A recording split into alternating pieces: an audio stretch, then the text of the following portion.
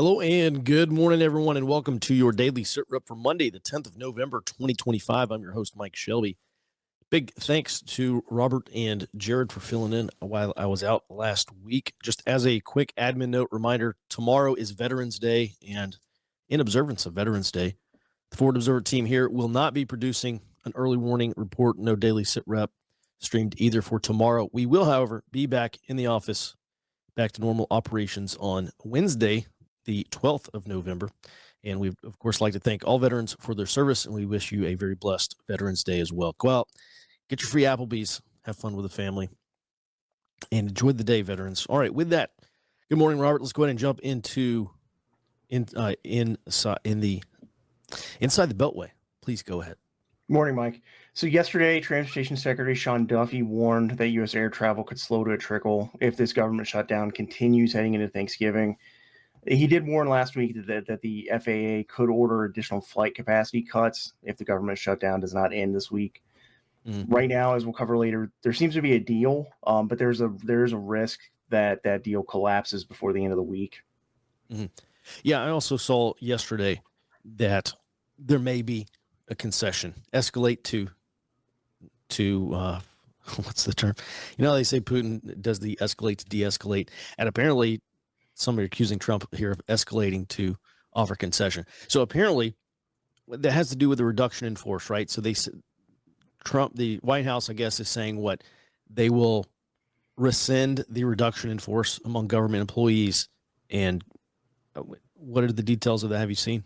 Yeah, so that specific part of this deal would only cover any employees who were RIFed from starting October 1st when the shutdown began. As far as I understand, there's no part of the deal that would include anything before that or after the end of the continuing resolution in January. All right. Also, I did see Sean Duffy, and he was pretty bleak about the holiday travel season. I think he said something like they're going to reduce the air traffic controllers at major airports by like 10%. I think, or something like that. Well, last week they sent out an order on Thursday evening telling airlines to start cutting their flights, and they're supposed to phase into 10% cuts this week. And when he was talking about this potential disruption during Thanksgiving, he said that they're expecting more of these air traffic controllers to start calling out of work as the shutdown continues, and this is going to be really bad because a lot of people are going to be attempting to travel at least during Thanksgiving or ahead of Thanksgiving, and then he said that's really going to make a major hit on air travel. Mm-hmm. Well, I'll tell you, that has also drastically changed my Thanksgiving plans. All right. Thanks for that update, Robert. Let's go ahead and move on. This mid-decade redistricting thing, big deal. Utah's a red state, but apparently there's a judge. Utah, it's kind of backwards here. Utah's a red state. They're going to do this mid-decade redistricting and create a blue seat. Yeah, so there was a group of two different voters groups who sued the Utah state government over their map where they had eliminated the one Democrat district. And now this judge, Diane Gibson, who's the Utah state judge, said that she's going to rule by the end of today on which map is going to be used for the 2026 election. And one of those maps is the one coming from the Utah legislature, which does create a Democrat district. And then two maps that are being proposed by the two groups that sued the Utah state government. And this is she has to rule by today in order for this to take effect for the 2026 election, because that's the deadline for any new map in the state of Utah. Mm-hmm. All right. Thanks for that update. Let's go ahead and move on. Robert, 2 years ago, you started banging the drum about the coming energy shortages, the power supply crunch that we have already been facing. There's a number, that's mainly due to these data centers, but it's not just data centers. It's a lot of new residential areas, and I don't know, it's 20 plus million illegals in the country also using electricity. And so there's a power and demand supply imbalance here.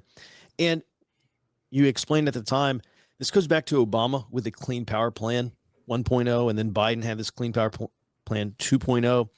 And basically what they're doing is bringing down fossil fuel powered power generation and not replacing it with enough green energy.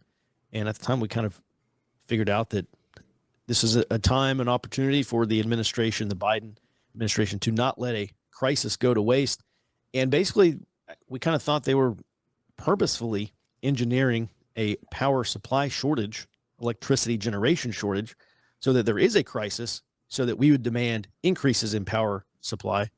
And those would, of course, be green energy projects, so-called green energy projects. At any rate, the Trump administration has been trying to reverse that trend, and there's been a number of emergency declarations. At any rate, the FERC, Federal Electricity Reliability Corporation, is that correct?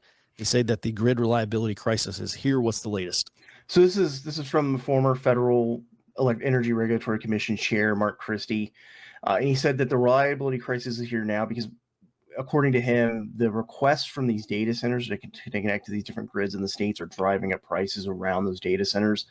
And according to a Bloomberg analysis of data from this analytics platform called Grid Status, the per month cost in 2025 in the areas around these data centers across the country, including Virginia and Arizona, the per month cost of electricity is 267% higher than it was 5 years ago in those same areas.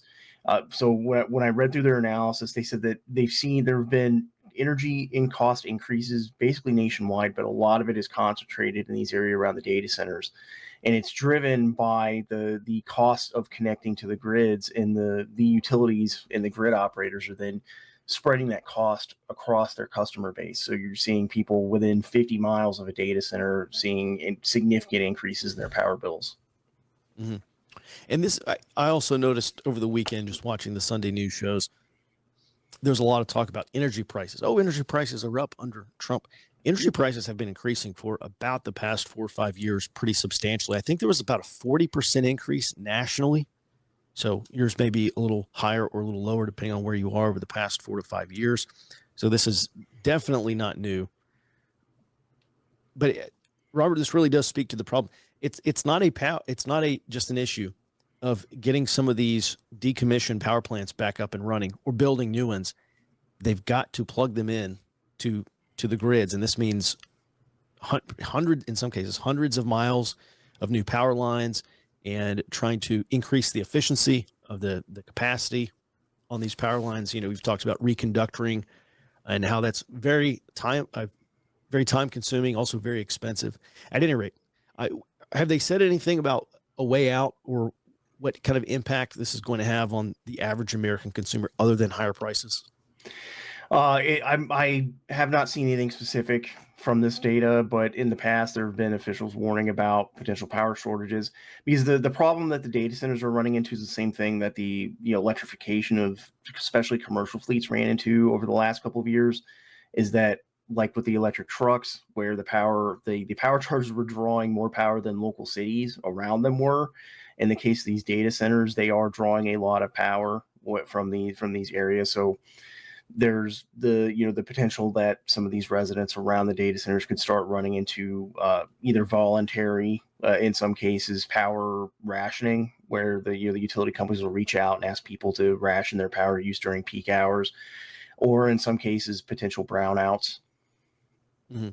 So potentially planned and also unplanned outages. All right, Robert, can you do me a favor? For early warning members, can we pull up the latest FERC report about which power grids were at the greatest risk? Because I think there was one extreme risk that was shaded in red. Do you recall? Was that the Mid-Atlantic or what? Yeah, and that was I think it was the FERC report from last December, and they said it was the Southeast and the Mid-Atlantic grids that were at the most risk. Okay. Well, let's get that posted up for early warning members as well. And if you're an early warning member, go check out that report and see what kind of risk you are facing in the months and probably years ahead. All right. Thanks for that. And lastly, let's move on and cover this thing about local DAs. So the Democratic Socialists of America have won multiple. Either their members or endorsed candidates won multiple seats last week in local and county elections nationwide. So in Minneapolis, 11 out of 22 DSA candidates won either city council seats or other local city board seats. Also, DSA member Kelsey Bond won an Atlanta, Georgia City Council seat, so she'll be the first Democratic Socialist City Council member. And then 3 other DSA-backed candidates also won Atlantic City Council seats. And looking through a write-up from a DSA member on the outcome of this election last week, DSA candidates also won local and county offices in Michigan, New York, Massachusetts, North Carolina, and in some areas around the Washington, D.C. metro area. Mm-hmm. All right. You know, Robert, not to carry this conversation out needlessly, but there's been this really big debate within the Democrat Party on whether they need to moderate or just kind of go full left-wing socialist. And we're seeing a groundswell of support in these local elections. And of course, Mamdani. And it just, to me, as obviously an outside observer, it looks to me like maybe that pivot towards socialism, it may be coming, if not in 26, then in 28.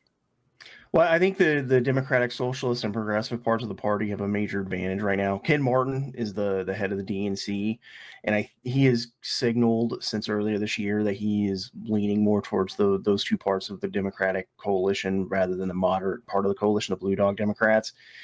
And I think there's been a lot of pressure publicly and privately on some of the older Democrat leadership, especially like Chuck Schumer, and to either basically force some kind of confrontation with the Trump administration, like Schumer did with the shutdown, or to get out of the way, as Nancy Pelosi has done since she announced her retirement last week.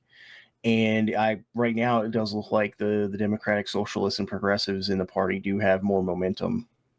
Mm-hmm. All right. Thanks for that update, Robert. And we'll go ahead and move on to our global sit rep, Jared. Good morning. Good morning. Go ahead. All right. We're going to start off with the U.S. State Department. The U.S. announced on Friday that it's going to remove the terrorist designations from the Syrian leadership that's now in power, including Mohammed al-Julani, who's now known as President al-Shara.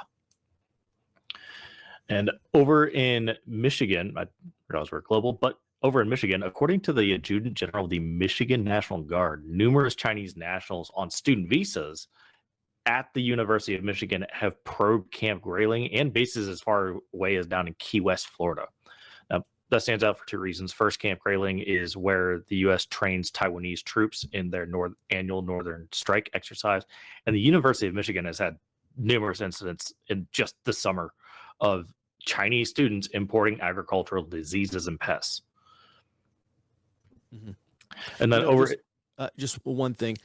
I know there's been this big debate about foreign students and how many Chinese students we're going to accept into the United States on these student visas. And there is this strain of sentiment where there's an argument that when we import more foreign students, we, in essence, Americanize them to a level. They at least get acclimated to our culture. And then they go back home and they are allegedly pro-American, or they're more likely to be American, or they increase America's global standing, and et cetera. The Chinese student visa is just a backdoor for intelligence collection. I mean, it is a massive giveaway to China. And it's not just in the United States, it's all over the world. Anywhere there's a Chinese diaspora, those are very high likelihood that there are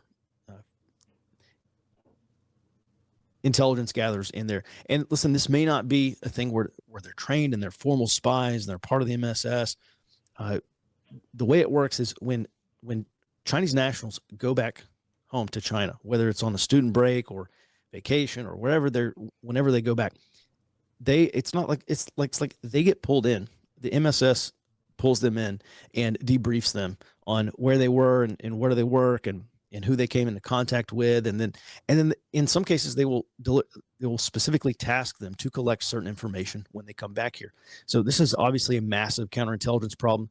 American counterintelligence is being beat like a drum, and this is just unfortunate to see so many people in Congress and so many people in the U.S. intelligence community come out and continually warn about the Chinese spy threat, and yet it's like we just give them an open door to come over here, and it's really, really unfortunately baffling. All right, at any rate, let's move on to Japan. Yes, the Japanese prime minister told the Japanese legislature on Friday that any military action on Taiwan from China is actually a survival threatening situation for Japan, which would require Japanese military intervention. And Takaichi, the prime minister, actually doubled down this morning after a Chinese diplomat that was stationed in Japan threatened to kill Takaichi over the statement. All right. Thanks for that, Jared. And with that, 47 protests today within the baseline. By the way, this next, the No Kings, there will be more No Kings protests. And I think they've been floating the next one maybe in March 2026. So we have that to look forward to. All right, coming up over on the early warning side, we're going to talk more about ICE and DHS and this Latin Kings order, allegedly to shoot Customs and Border Patrol or ICE agents, shoot them on site in Chicago. And we'll break that down in our Homeland Operations brief. If you'd like to join us, guys, stay up to date on this. Head over to forwardobserver.com/trial. Join us for a free 7-day trial. And with that, early warning, folks, please stand by. And Jared, if you will, please take us out.